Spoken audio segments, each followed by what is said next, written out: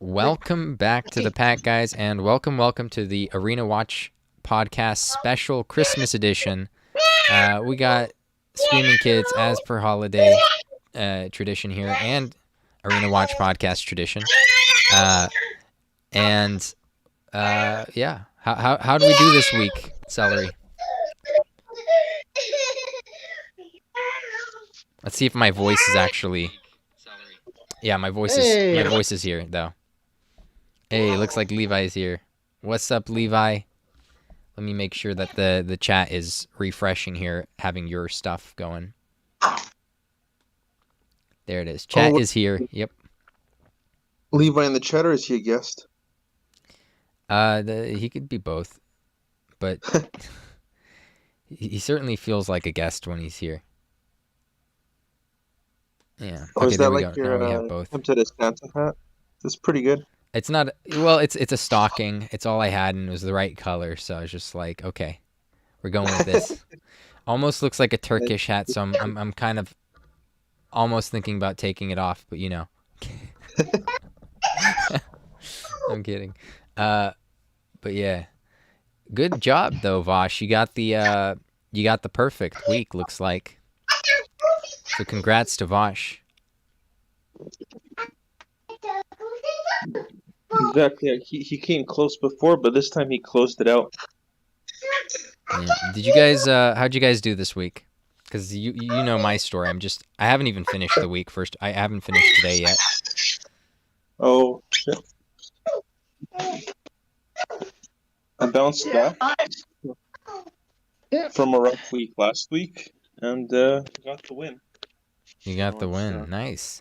I mean, this week was been busy, surprisingly had some pitfalls potentially if you didn't have a solid team and other things. There were ways to lose this week. Namely, Well, you're for going sure. against high weight units, and if you don't have high weight units, Even with like the high CP team that I had, honestly, it was a sketchy week. Like I definitely had to risk some crits because people insist on using all three back rows, and so sometimes I have to just bait them to attack me so they don't, go buff or do something else, and then so I had to use my units to fish a little bit. But that was something I did successfully for one match and then never again. I did that for one match. They had really high CP for my team at least, and I managed to bait them out. But it really sucked because I had to focus down and whittle like one unit on turn one, and then hope to goodness, that I could finish everyone else off on turn two, and I did. But it was like, down to the last unit, which is never good. Yeah, that's yeah. I had a rough week. I had a match with a carver, and they put the carver in the back. Trying to remember if they put it in the back or if that was a. No, they had the carver in front, but I was doing a bait strategy because of whatever was on the back row. I don't even remember now. But the carver lived at the end of turn 3 with a sliver of health. So, and I think I would have had it, but I messed up my starting positions, and the carver was able to act on turn 1 instead of just moving forward, so he'd be in line with everyone else for all my fan attacks. Mm-hmm. So, that made it even worse, was that I had to try and hit 2 areas instead of 1 because I had a lapse and just didn't realize he was going to do his bang dash on turn 1. And then but literally the next match I was going back and forth, like checking positions and movement and everything, and apparently I double tapped or there was lag, and I just started the match.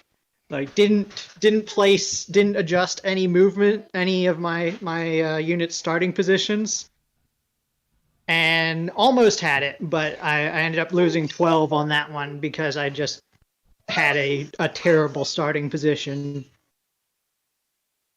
And trying to get everything, I took I think it was a Stark killed Dimension Dragon or something like that. For day 6, I raged on my last match, and it was a Seraphie team, and they had the Seraphie in the back. I had to choose it. The others were probably even worse. And, I can't go for the 124. It's either 128 or 120. So, Yep. so that one ended up, I lost 2 units, and it was a 3-turn, so it was even worse. But everyone was so close to dying every time. They were just so close to dying, but didn't die. And that's where that one went wrong. But basically, after I raged on that one for day 6, I switched. I put a Seraphie on my team and put that in the back. I was just like, screw you guys. I was so mad. I just up the Seraphie. So now I went full physical Seraphie. Yeah, I went full physical Seraphie. I didn't care anymore. I was just like, screw you guys. Feel my pain now. So that's what I'm gonna close out day 7 with, because I haven't done my matches yet. But I'm gonna do full physical, whatever it is. I'm gonna do full physical with Seraphie and of course KSS. But that's it. So it'll be pretty fun. Speaking of full physical, that's a perfect transition for this next week. We got, as per the title of this podcast, we got full physical 240 weight. I mean, how do you guys feel about that? I don't know how much. Well, let's see. 1, 2, 3. Given the positioning here, because that if they're too far away, you can't really do a physical if they're super far away. A physical team. Yeah, this map is I don't know if it's exactly the same as we've had before, because I don't have that memory like Top does, but it is one where there's every single space is reachable with fan breaths. They only have the one gap in the back middle, so you can't place any spot. There's no safe spots. So you're trying to tell me fan breath, basically. But other than that, maybe you're rough. Yep, fan breath, rough. The big concern is always going to be counterattacks. If anything survives, it's gonna hit hard. So if you're used to taking a hit, or you really can't afford to, you have to make sure everything dies this week, or that you're not in range for a physical hit, because it's gonna hit hard. But a lot of teams have that anyway, right? Like they have, with this week it's a 40% physical boost, but it doesn't have any HP boosted there. None of the other stats are boosted. It's not like a beast week or a dragon week or anything like that. So none of the stats are boosted. It's just the damage output for physical units. So technically, as long as you outspeed them, which a lot of cleave units in some of these strategies really do outspeed the usable physical, right? Obviously, stuff like Deborah's slow, right? But Deborah, I'm assuming people will bring her on, and you'll see that on defensive teams. But you're obviously not going to bring a Deborah because you know better. No. But most physical units that are powerful, like a Stark's powerful. You're not going to hit turn 1 with the physical, maybe turn 2, but he's slow. At least mine is. Yep. My Stark's kind of slow, so it's like he has a good chance of missing. I've never seen an Stark outspeed even like Halberd, who's not the fastest out there. He feels slow on these high agility teams we tend to run. It feels like he's on his way out, basically. But other than go ahead. I was just saying, even Halberd, who's usually if you're not putting Beastmaster claws on him, he's usually the slowest unit on the team. Even Halberd outspeeds a Stark without any claws. Mm-hmm. So no one puts claws on a Stark because as we mentioned, he's not going to hit turn 1. So making him fast, it really doesn't help you. For if you're bringing a Stark. So that's never something you have to worry about when you're facing a Stark. Is it gonna be fast? Like, that's not a concern. It's very limited. But no, units that you definitely need to watch out for are those 5 range and 6 range physical units. Mainly, of course, the overkilling machine and Bianca, especially if you're running dragons and KSS both. Great Dragon and KSS, they both have that zap weakness. So Bianca could be very scary if you let her live, and she is fast. Depending on the awakening, she could be pretty quick. Probably not going to outspeed either Great Dragon or KSS, though. Then Alina is something a lot more people, or at least it feels to me like a lot more people are bringing her now that she has her bloom. And she's very, she's a hit or miss unit, literally. If you're running a breath or spell team, I don't think there are any spell teams really, but then she's really easy because she only has that linear range. She doesn't hit out to the sides any. So as long as you're clear on that 6 linear range, she'll just run forward 3 and stand there. And then she can't dodge breaths, so you can hit her back with your team. Also, if they bloom her dodge node, then she also gets agility, so she will move first, similar to Juliante. So I've found her to be a fairly easy match. She's one of the units I'll pick fairly often, just because she tends to be easier to work around, even though she is a huge priority. Like, you need to kill her turn 1 because I faced one, I think it had like 650 attack and 750 agility, and it's like, if I missed against one this week. That was hard. Yeah, my only miss option is Roth. So and Roth usually isn't attacking Alina unless there's nothing else for him to do. So it's not a huge issue for me. But for anyone running KSS, if your Sizz damages KSS, Alina is definitely something you want to watch out for now, whereas before it was just free fodder. Yeah, I think she is definite avoid now forever, even though she has, Sizz weakness, which for my team seems good, KSS, Halberd, and she doesn't really resist any of the other elements. It's still the dodge passive works on anything, right? Does it work on spells? Does it work on? No, just physical martial. Okay. Yeah, so she can become unkillable for me on like turn 1, like if I missed with my burst damage, basically with my AoE cleave, but which kind of did screw me out a few times this week. So I'm thinking I'm just gonna avoid her now. She's just on the avoid list. But yeah, this week she's gonna be insanely good offense, defense. I think.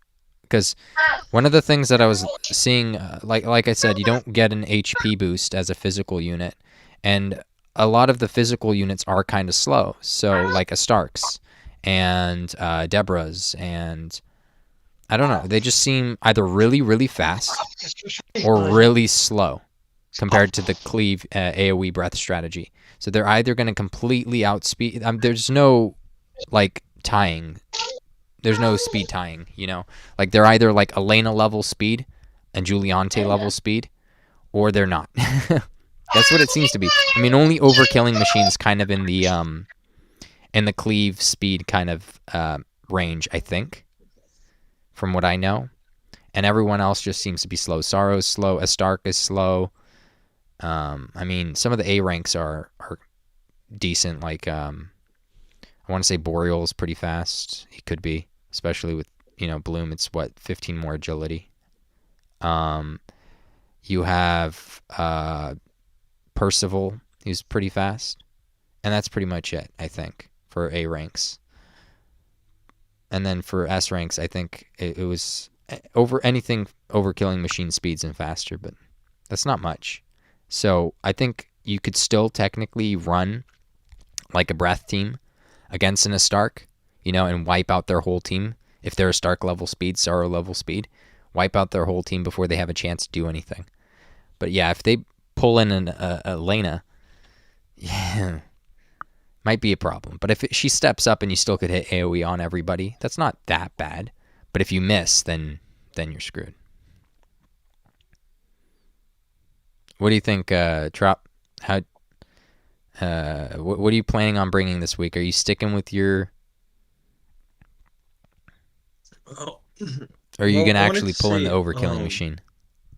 it's actually interesting because I have noticed the difficulty. I don't know if it's difficulty go up partially because I don't have the two new beast units that hit typeless, but I don't know. It seems that more and more units that I don't like are rising up in arena. And I remember you were saying earlier, this looks like a fan breath map and stuff like that. And I think I think for a while this was accurate, but then aiming kind of shifted their trajectory, and now pretty much everything they release is a fan. So there's fan breath, there's fan physical, there's fan martial. Um, I think fan will work here, but I also think, straight line martial like marquee will work here. I think this week we saw a few marquee winners, which is good. Like the crazy thing is, if you had a strong enough marquee with strong enough rolls this week, it didn't matter where Seraphie is, you could pretty much just one shot her, and that's crazy to think about. But yeah, Um, everyone else is apparently. I had decent rolls on my claw. Like, have you guys seen my claw? My beast claw has like, I want to say 9% on top of whatever the base is. I think it's not bad. I mean, that seems good. I think it's 11% total. I don't know. And it's all potency, no brilliance, obviously. And my marquees one awakened, and I couldn't one shot most Seraphies. How much Like were you hitting for? I'm interested. 600 like something, 650 something. Merry Christmas, Skull. How's it going, man? Oh, Just was he water. leader? Huh? Was he leader? Who's leader? Oh no, I didn't give him any leadership. I should have probably. Well, I guess depending on what you were going for, because if you're saying he's hitting like maybe 680, and then you give him 20% leadership, that means he hits for over 800. So that should kill a Seraphia, I think. I don't know. Yeah. In hindsight, maybe I should give him leadership, but I don't have any other beast marshal on my team. Like if I had Vera, it would make absolute sense. Even if I had brought in my Peacock, which is hard to use, that's more turn 2 type of thing. That would have been helpful. Maybe on the 3-turn arena, Peacock might be useful. But like I would say, I don't know if you need that much value. Like even me, that this week I was switching between Dragon Leader and KSS Leader. Like if I was fighting stuff with like really big resistances or neutral to what I had, I was like, if KSS Leader can pretty much just one-shot the Astark instead of having to get another unit to attack it or whatever, maybe it's worth it for that alone. And then, yeah, I should have thought about that, but it's hard because my KSS leader is only 10%, right? So it was just a thing to think about, and yeah, it would boost the Marquis de Leon as well by 10%, but it's like literally my dragons are useless unless if they have the 20% boost. It feels like if I could get them off of my team and just put in like I don't know, like a rough or something, if I had a rough, I would, like units like that basically. that had that kind of range. Even if they weren't getting boosted by the 10% from KSS, I would switch to KSS because at least I know that those units are strong enough on their own and they wouldn't need a leadership boost. Like, honestly, I it think feels like accurate. Great Dragon for me, and mostly Halberd. Halberd's on his way out. I don't. It's hard using those units now for me. They're barely making the cut for some matches. Yep. Yeah, Halberd almost entirely just serves as basically like a 50 weight gremlin. He's chip damage, more chip damage, but he doesn't kill anything anymore. He just does solid sizz damage.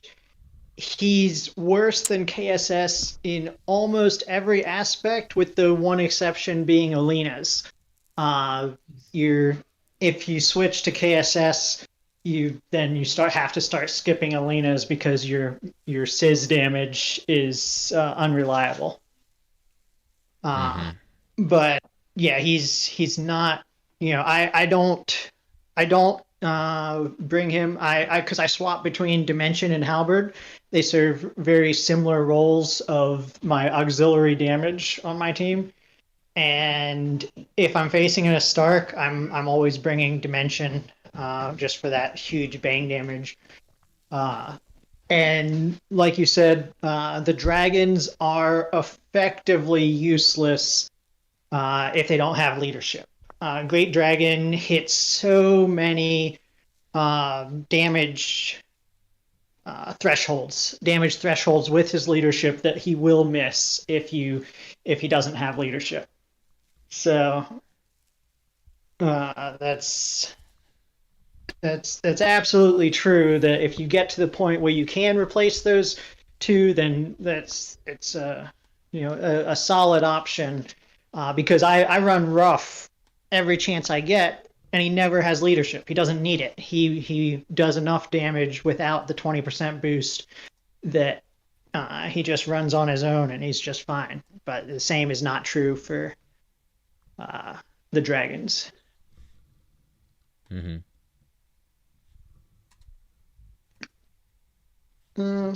But yeah, I mean, I think this map, I think we're gonna get a lot of first places. The big issue with Waitlist Week for me, and I think for a lot of people, was figuring out how to deal with backline units, especially because I didn't do any clever swapping in of my 7 range units, so I was running all 6 range the whole week. And it's much easier when you can at least target everything on the map with a fan breath type attack. And then I did see we had a few people in chat. They said Voy, FYI, Lorraine and Dolly. I don't know. Voy. VOY, FYI. Maybe that's a Jewish thing. Voy. I don't know. I think Maybe. it's. I don't know. I don't know. But I didn't recognize either of them, so welcome to the Arena Watch podcast. It might just be spam or something. Like a bot, just like Could be posting it's not some a sort of like link. Well, there's no link, but I don't know. Yeah.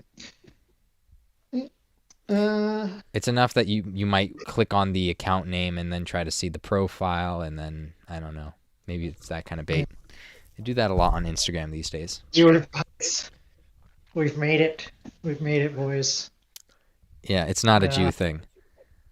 Okay, we got Levi confirming that, so it must. All right, must be true. What is the Jew thing? It's not voy. It's there's some sort of like sound that they Oy. Oi. No. What's the thing that Jewish... It's like VEY. Oy vey. Yeah, something like that. Yeah, maybe Levi knows. Levi sounds like a Jewish name. Same viewer President. bots. Could be smarter viewer bots. Oi! Yeah, it is oi. See? Yeah. But there's the thing. You never know how... sometimes... What is it? It used to be like Hebrew was all consonants, right? No vowels. And then they had the Yiddish is a bit different because obviously the European influence. But I don't know. That one's obviously Yiddish, but that's as much as I know. If I grew up on the East Coast, I'd probably know a bit more. But West Coast guy over here. All right. But going back, what were we on? Other than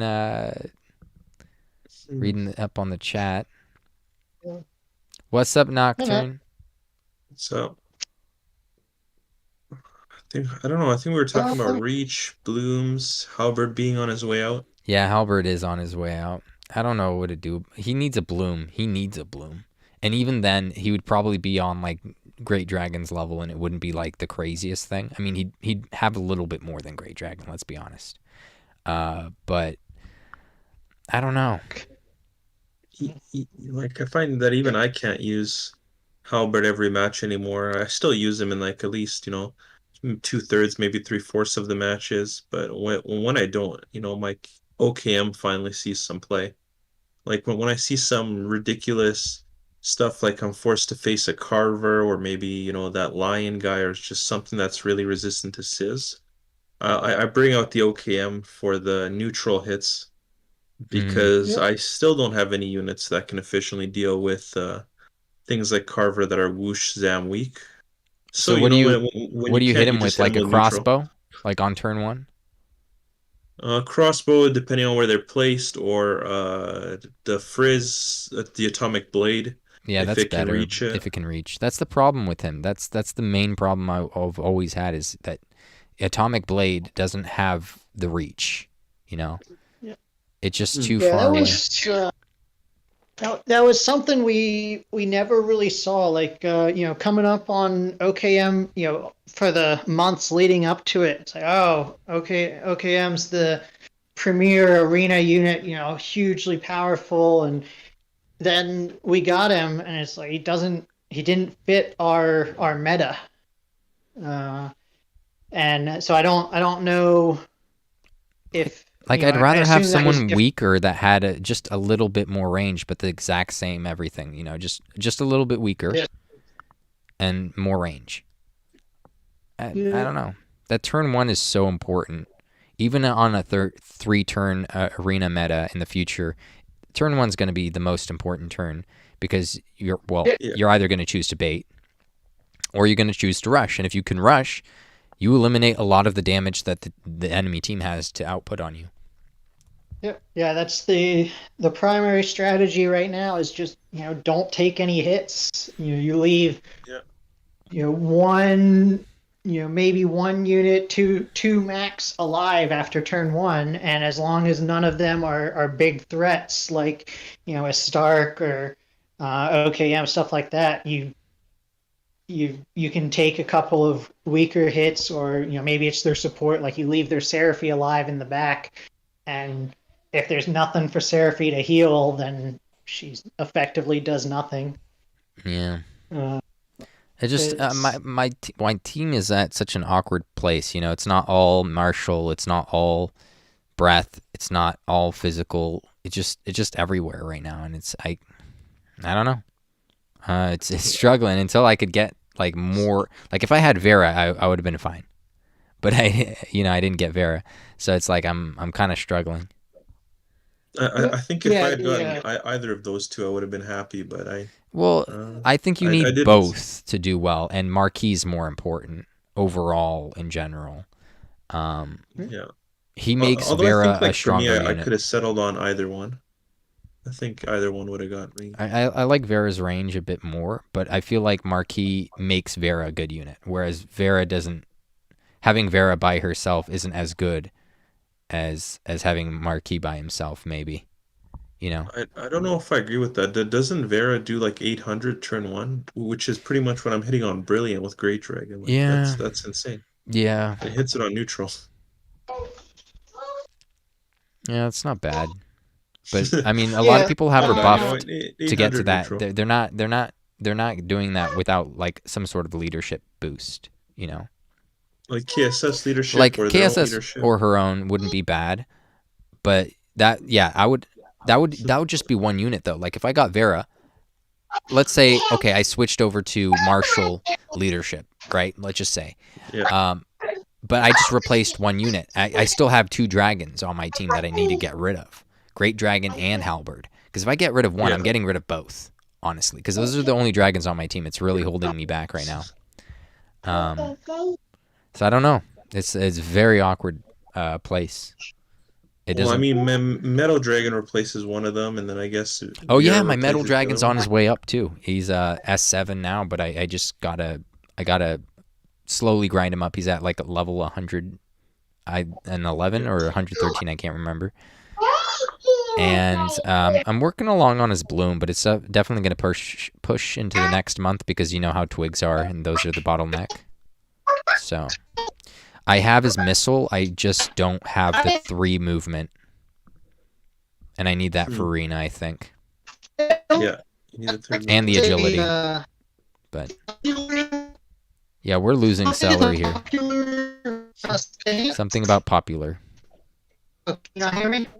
It's a lot of artifacting, both auditory and visual. I can't really hear him. I think he's saying that the Arena Watch podcast has made him too popular. Yeah, could have been it. No, I was saying I don't think Maybe he's standing very far from the router. twigs from the shop. Oh, you bought the twigs? That could be one way of doing it because we got ahead on the blossoms because of the golden Mendini medals, and buying the twigs from the shop could help. But I don't know, man. It's a lot of gems to pay, isn't it? Like how much gems could you spend a week, Trop, off of the twigs in the shop, the iridescent ones? 800. I want to say that the first 2 weeks I bought the cap, which is 800, and then 800 I every never week. bought him again. 800 every week, right? Yeah. Gems that you're spending, free to play gems. Yeah.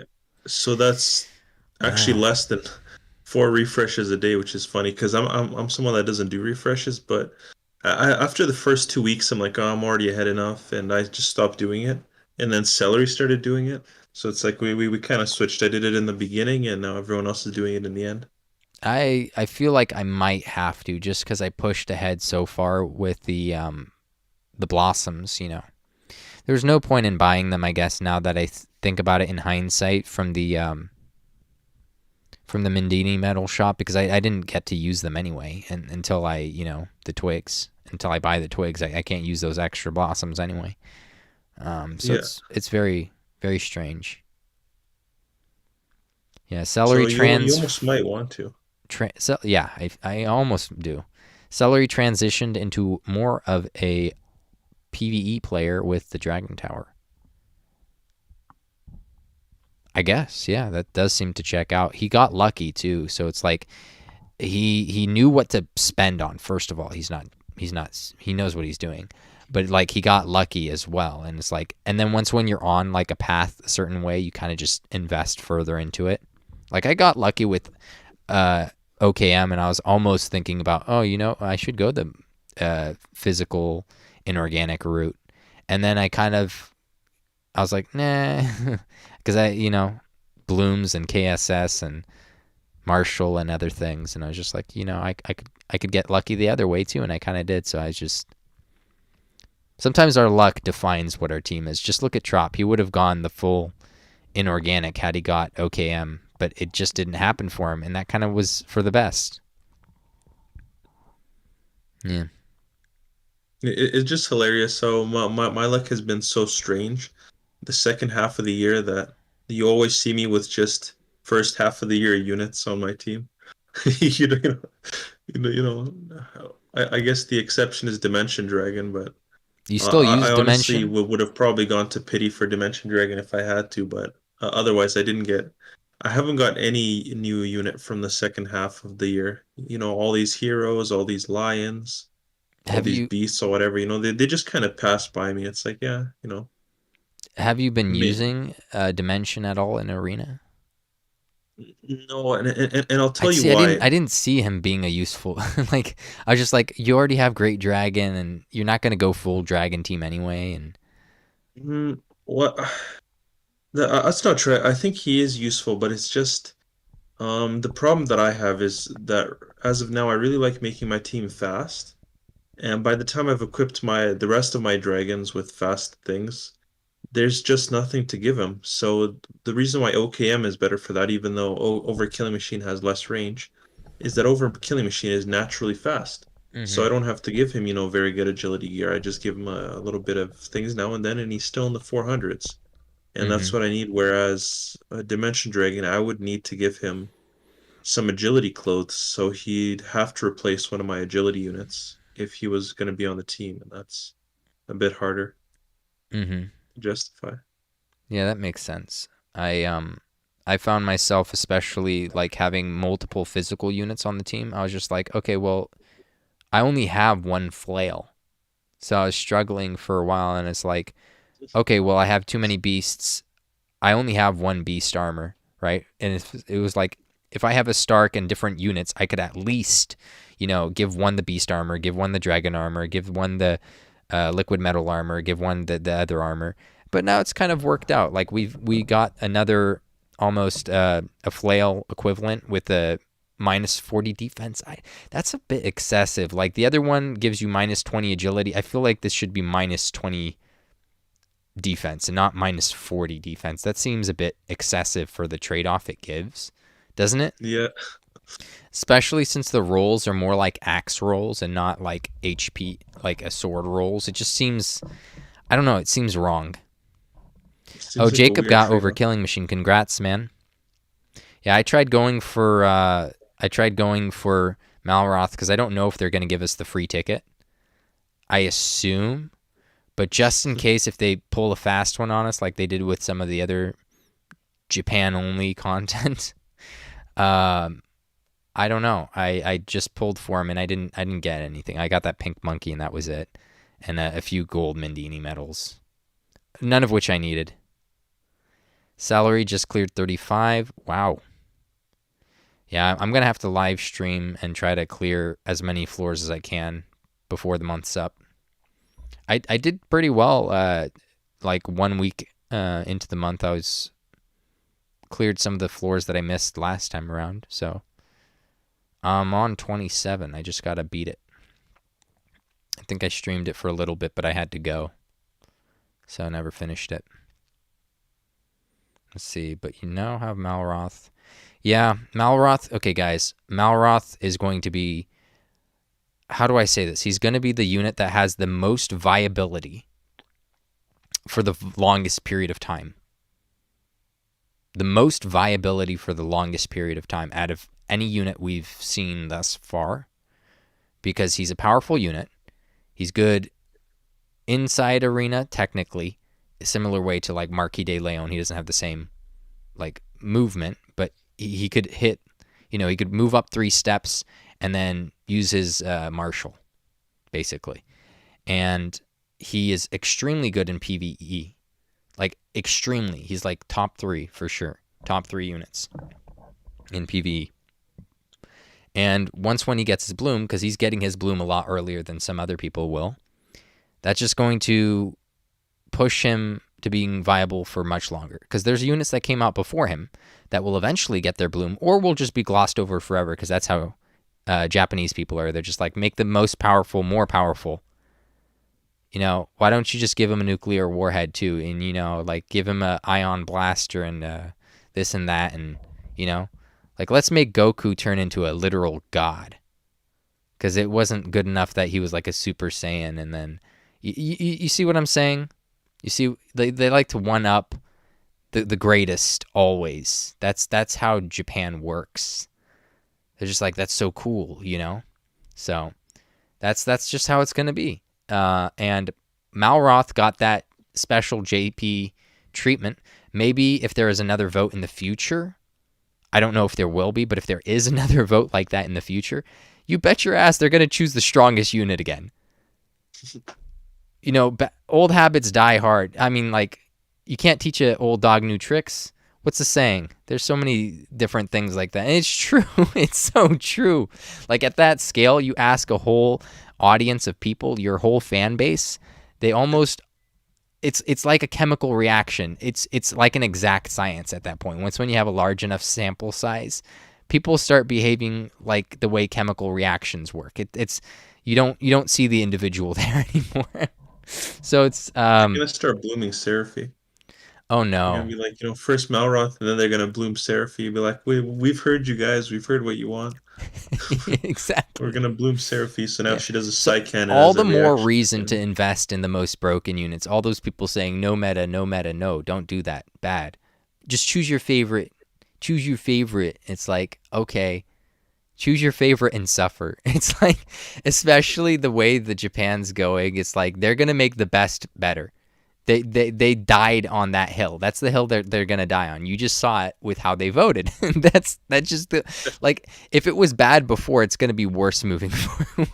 Malroth is gonna be having the longest stint of being the most viable for a very, like, you could go full 5 awaken on him for all I care. I think he's worth it, even though his awakenings don't get him as much as, say, like what's his name's awakenings, Nocturnus's, but just because he's such a viable unit, it's going to be worth it.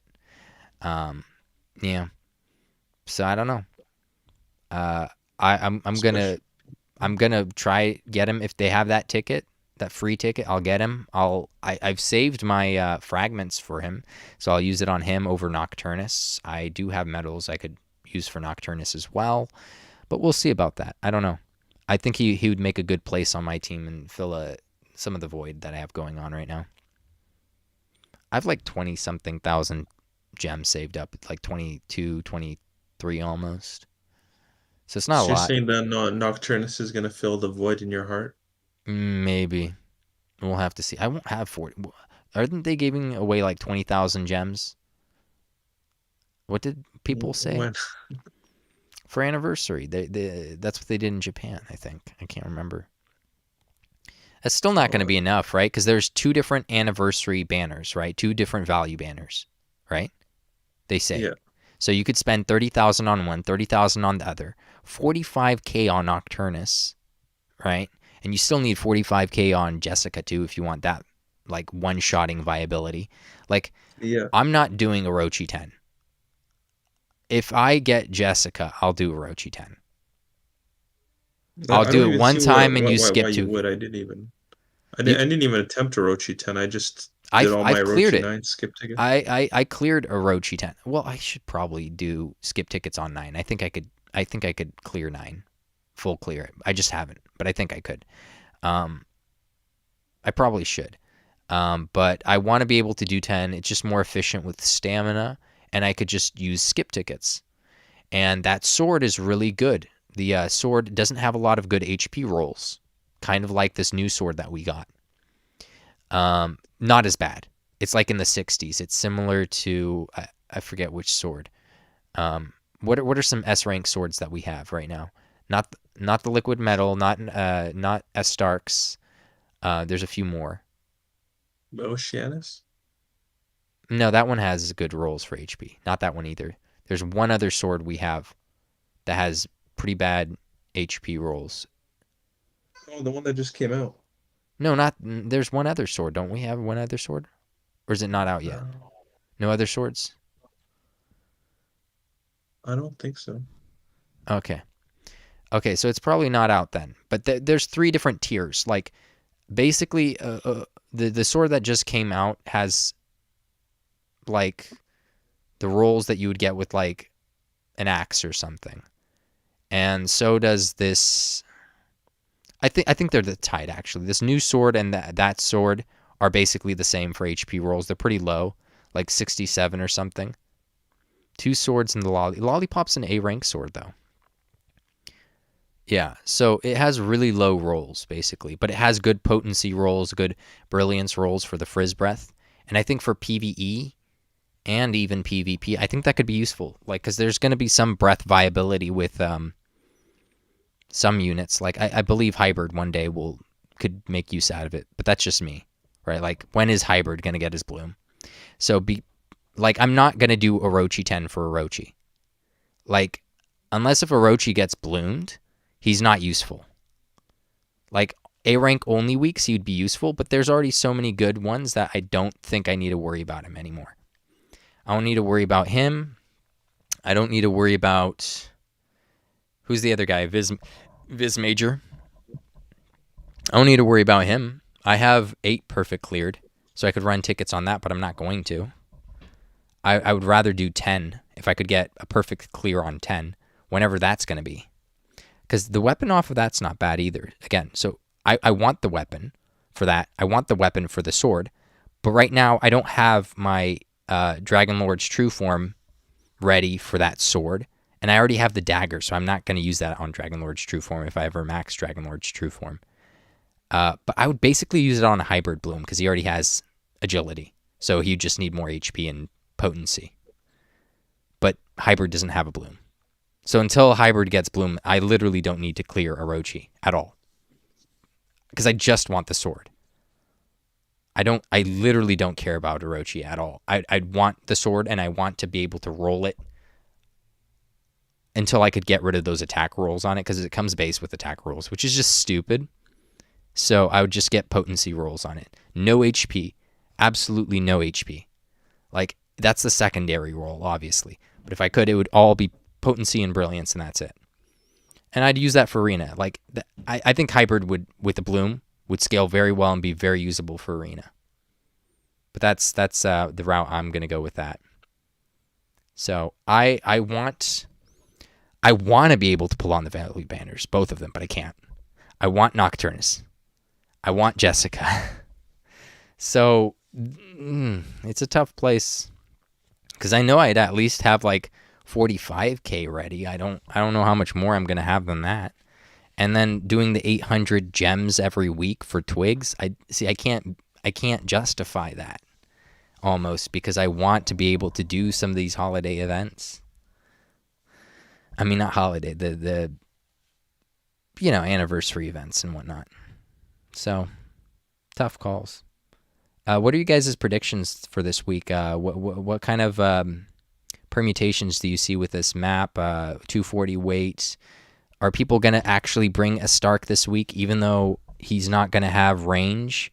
I think if somebody's on the wings, you could actually hit somebody. Yeah. Right? Like, if there's 2 positions that if someone's there, a Stark could hit them on turn 1. But at the same damn time, that's a prime position for a different unit to use. So it's like, I don't know if I would put a Stark there because someone else might want to go there. But a Stark's leadership pairing with the physical boost would kind of be crazy. But, your team might not need it. I think overkilling machine's a definite yes for me this week. I will say that. What other... obviously, physical units aren't the most amazing, but we're going to see a lot this week, I think. Who do you guys predict? Alina, I think, is top of the chart. But overkilling machine, yeah? What would you say, Trop?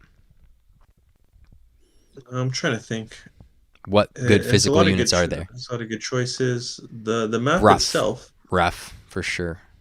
Rough, if you have him, yeah. I'd almost bring Rough any week if you have him because, maybe you don't bring him to every match, but I find that Whoosh is a pretty good element sometimes to target, and it's an element that I really wish I had sometimes.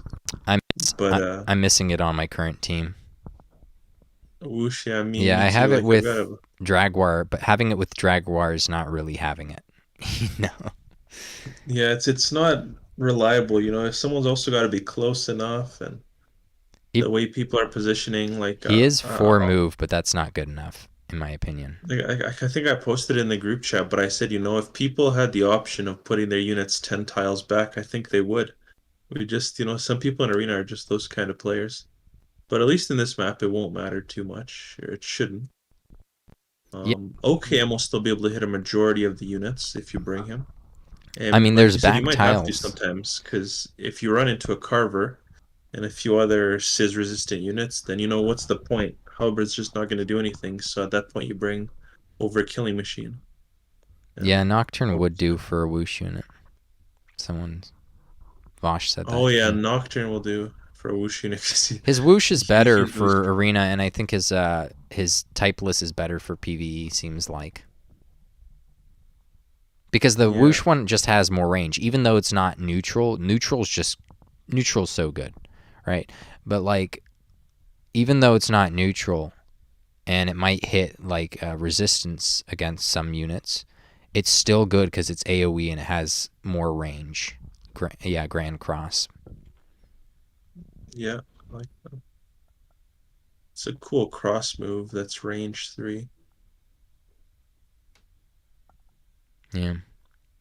Was it Pearly Gates and there was I was trying to remember what the rolls were on his weapon. Devil Finesse. Yeah, Devil's Finesse. Something like that. Which really finessed me. It gave me a really good roll on that, but I'm like, I'm probably not going to get Nocturnus, so I just rolled for a more generic roll. Well, you should just hold on to it. Like, if you're stuck on something and you're like, okay, now I need HP, I'm going to roll for HP. Like, save, like if you, because there's a limited number of those you could get, right? There's only so many Nocturnus things you could actually pick up from the event. But I don't know. Well, I don't think Pearly Gates is a mistranslation.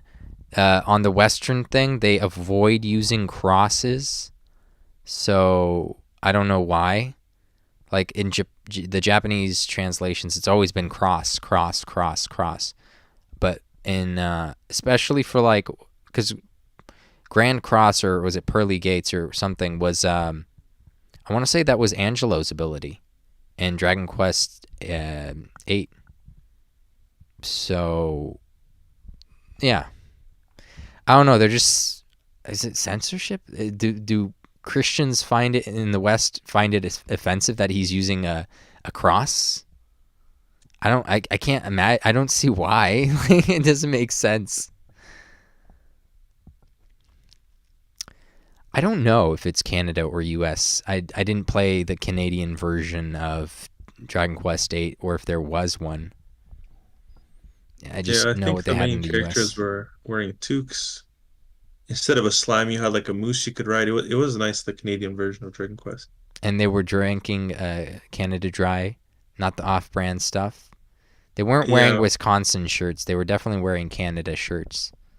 See, that whole joke from last week didn't make it on air, but Trop was wearing a Canada sweat shirt, and I was just trolling on him that was our off-brand Canada. Like, the people in Wisconsin talk the same. They literally, they farm maple trees over there for their syrup as well. Like, everything Canadian you could get in Wisconsin, basically, for Americans. So it's our off-brand Canada, basically. Like, that's as far north as we need to go. I gotta get more of that Canada Dry. I'm missing it right now. Now I just gotta drink water. Yeah.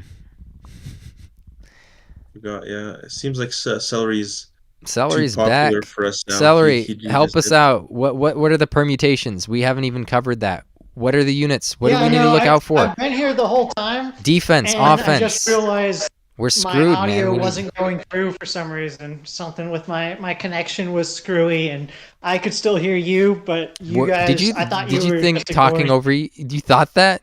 You thought we were ignoring? Yeah. Okay.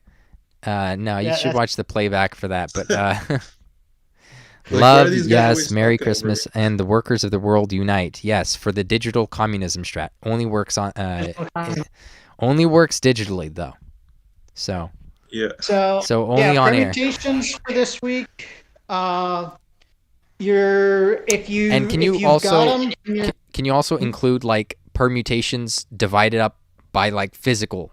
So like you could say the same permutation but be like, here's a mix of like 2 physical units, and I know that sounds like a lot to throw at you, but like do you expect people to bring a lot of physical units this week, and do you still see the like a KSS, Marquis, and Vera being a good strat by itself or something.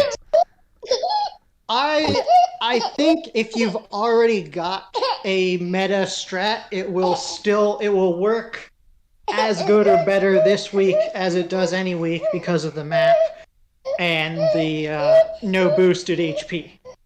So if you're already killing things with your Marquis Vera KSS Wombo combo, keep killing things. Just make sure they're really fast.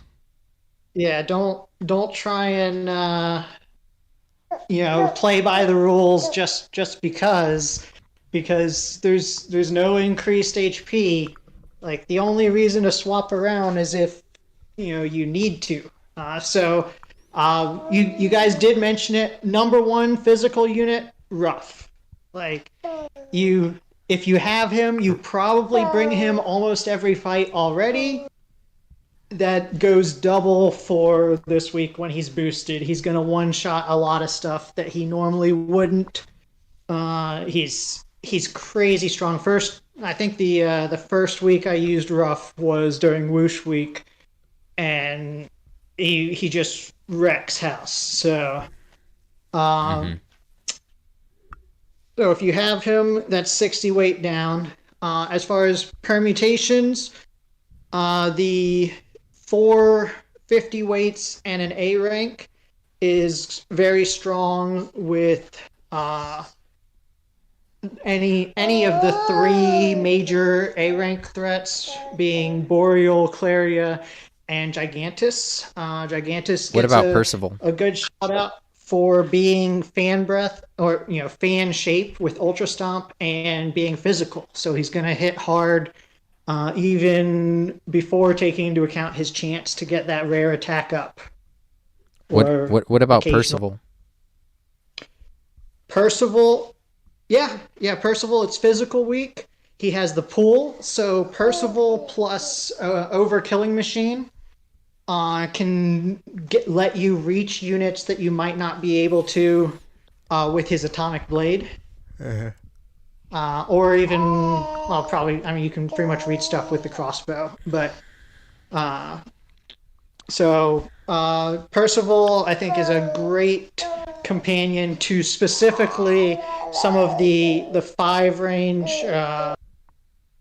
physical heavy hitters. Possibly even a Stark. If you are bringing a Stark for the leadership, bringing Percival to pull something one forward opens up your positioning a little bit more for a Stark, so you can maybe reach more people with the leadership, maybe have a little bit safer ending position for any counterattacks. Any of the 4 major A ranks. Would I be safe building a Stark with the Claw this week? Because he already has so much damage. If he lands, like if I have Percival pulling someone and he hits them, like would I need anything else there? A Claw on a Stark actually makes some sense for that strategy. Claw. Yeah, because he's so slow. I'm afraid he'll miss, or people will outspeed him. Go before him. He's slow, he'll but miss. The miss the miss is actually a secondary concern over just hitting whichever unit you pull before they can act. Like the pull so you can hit something doesn't work if that unit then moves anyway. Like you're probably still going to hit them because they're going to move towards you, but it defeats the purpose of the pull. So I think it is actually reasonable to put claws on a Stark if you are going the Percival a Stark. So let's see, physical. Yeah, I think those are the big ones. What about a Stark Sorrow Overkilling Machine Percival? Where is that on weight? That's like 265. 130 plus 180. That's 215. So you'd have 25 weight left, which you could bring your B Dark Saber Cub with Snooze, giving you another strong physical unit. He can to hit. pair up with the poles and whatnot. Yeah. Technically, And if not.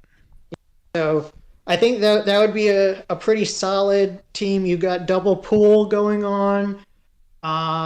One pull for a Stark, one pull potentially for Overkilling Machine, a Snooze from Dark Saber Cub, and then turn to cleaning up the slept unit and anything else that's left alive. Will we see a lot of Starks this week on the enemy team, either for a good reason or for not a good reason? Because, you know, just because we're giving advice on the podcast of how to do things doesn't mean people will bring a Stark because they're like, oh, I know how to use a Stark because they mentioned it on the podcast. They might just be like, oh, physical week, I'm bringing a Stark, and like nothing to pair it with. So it's like, are we just going to see a lot of a Stark because they have a Stark, which seems to be a lot of teams. Yeah.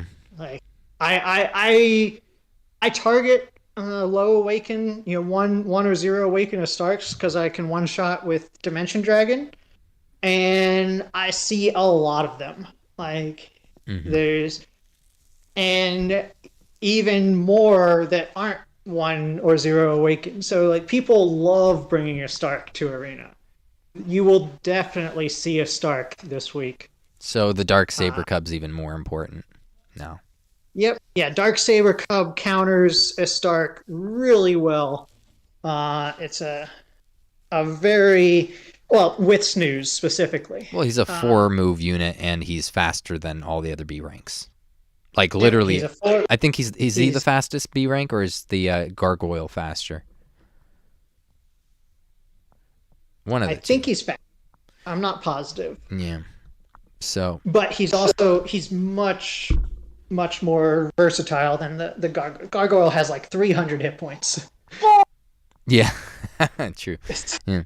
He will die from a sideways look. So whereas the Saber Cub is able to build HP because he's so naturally fast, and can really do a great job filling that B rank spot.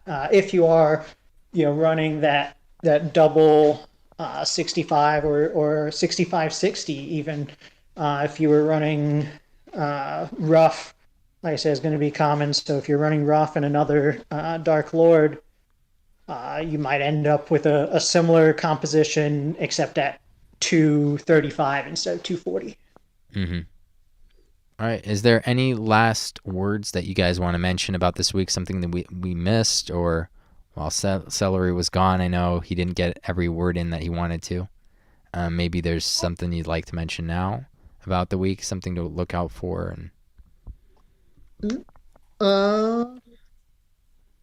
Let's see. I think we forgot to tell people the dream team that they should be bringing for 3-1-2-8s. Wasn't it the bunny corn?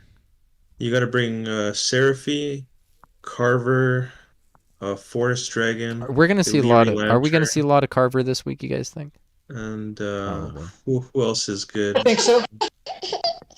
I guess the new genie guy, maybe for the spell resistance stuff like that, and just keep them all as far back as you can.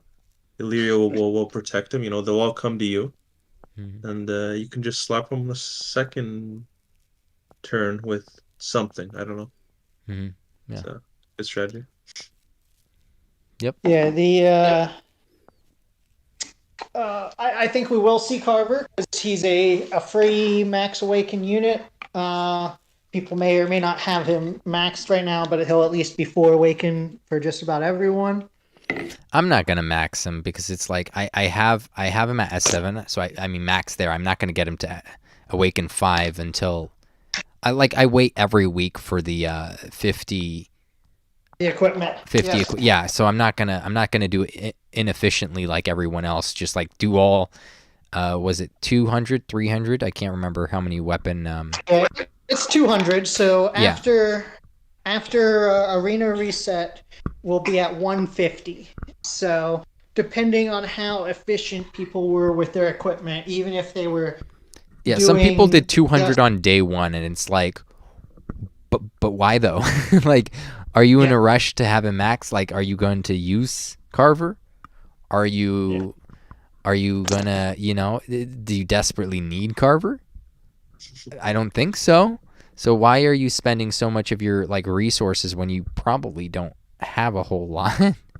Like that just seems like a waste to me. So I've just been like spacing it out, doing 50 so I could get the Omni Stones basically every week. Yeah, I've been doing It gives you like what, 3 Omni Stones, but I haven't been doing the 10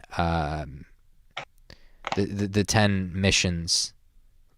What was it? I've done the 10. You do the 10 every week for the equipment quests? Yeah, for the because I just do 10 intermediate axe quests. It keeps my equipment Not the beginner one? high. Is that the beginner? There's only intermediate. There's no Oh, beginner. intermediate. Okay. Yeah, so I do that every week. It keeps my stockpile relatively well. And then also I look at it as, 50 stamina for a guaranteed A rank weapon of my choice, or A rank equipment of my choice. Equipment aren't that good anymore because it's like as it goes along, we're gonna have a bigger pool of S rank equipment to like choose between. So it's kind of rough. I mean, Dragon Claws I use a lot. But are you gonna still roll for them? You know what I mean? Are you done rolling them? No, I've got 7% brilliant on mine. It could definitely be better. Yeah, I want to re-roll mine, but after seeing how slow my halberd is, it's like if I lost that agility roll, because it's pretty good. Like my claws are pretty good. It has 2, I don't know if it's potency or brilliance, but then the third roll is agility, and it's like, yeah, I could go for all breath, but I would lose that. Like having just 1 agility roll is fine. Having 2 would be annoying, right? But having just 1 is fine for me. And it's like if I lost just that agility node, I'd probably be outsped by a lot of other halberds, and that could be a problem for me. Sharing is caring. Sharing is caring. Yeah, So I actually use the claws a lot on Great Dragon. Because that extra damage is the difference between killing or letting live, heal, and buff itself Dragon Lords. Oh, I always give him HP because he just never survives hits. Yeah. Maybe I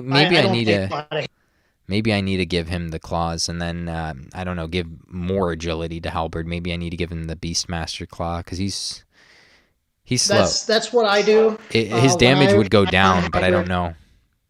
Yeah. His damage. Yeah, when I run Halberd, I'm running him with either Beastmaster Claws or Sorrow Claws, just to make sure he outspeeds. And like I said, he pretty much has taken the position of chip damage, so he just finishes off anyone that survives. And Sizz is still an excellent attacking element.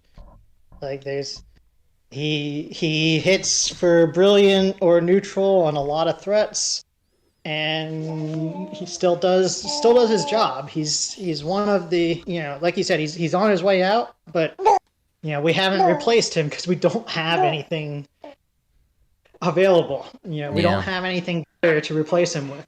Yeah. The day I replace him is the day I replace Great Dragon as well. Like I would need, like I said, it would have needed to be Vera and Metal Dragon. But I don't have Vera. I could max my Metal Dragon, which I'm on my way doing. But even if I do get him, I still have the problem of, well, if I get rid of Halberd, I'm getting rid of Great Dragon. So Metal Dragon and who else is going to be on my team now? I don't know. Yep. So it's rough for sure. I don't know what to do. Like at least on waitlist weeks, maybe on non-waitlist weeks it's fine because 240 weight I could fit in an A rank and it doesn't really matter. Yep. So yeah, we'll see.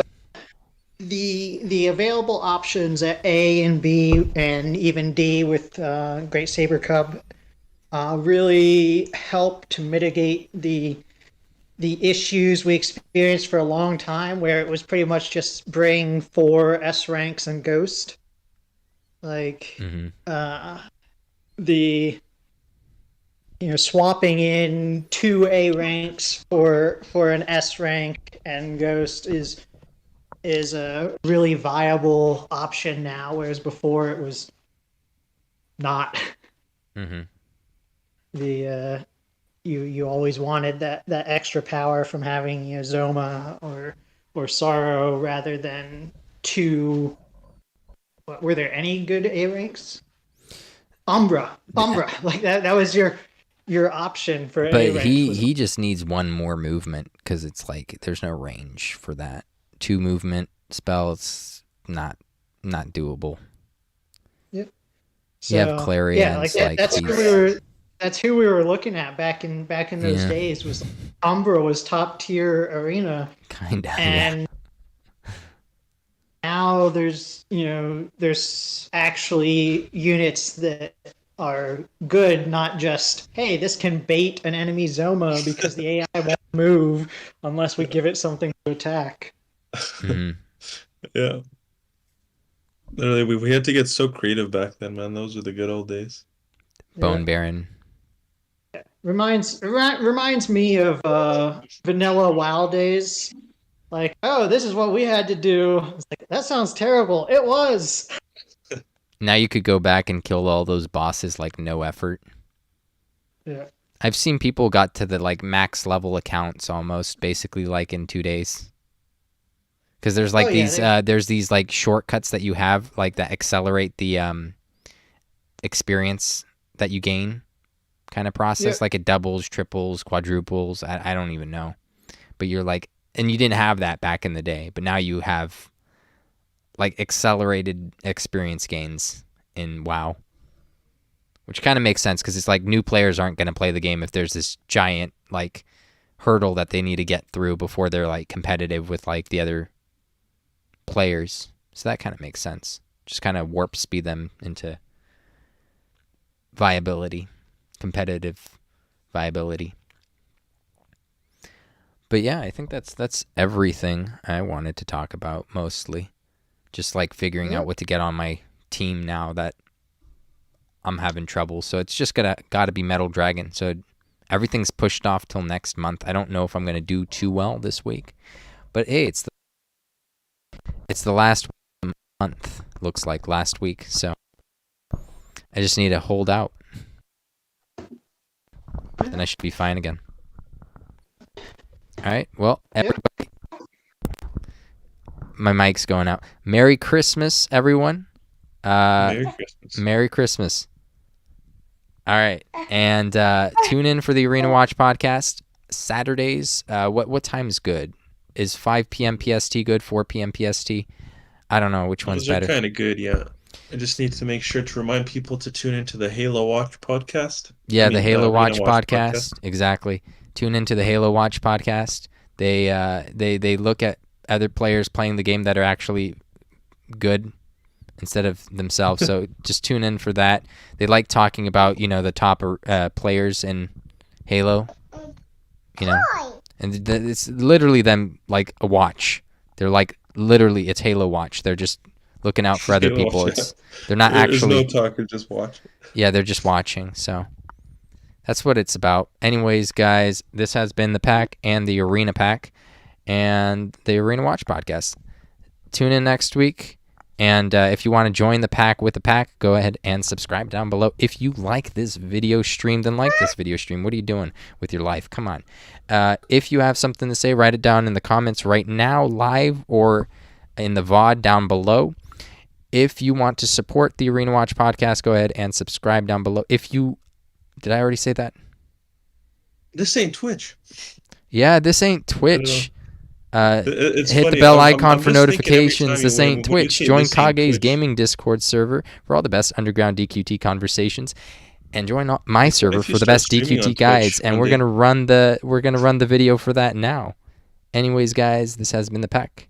Signing out. Peace. Peace. Peace.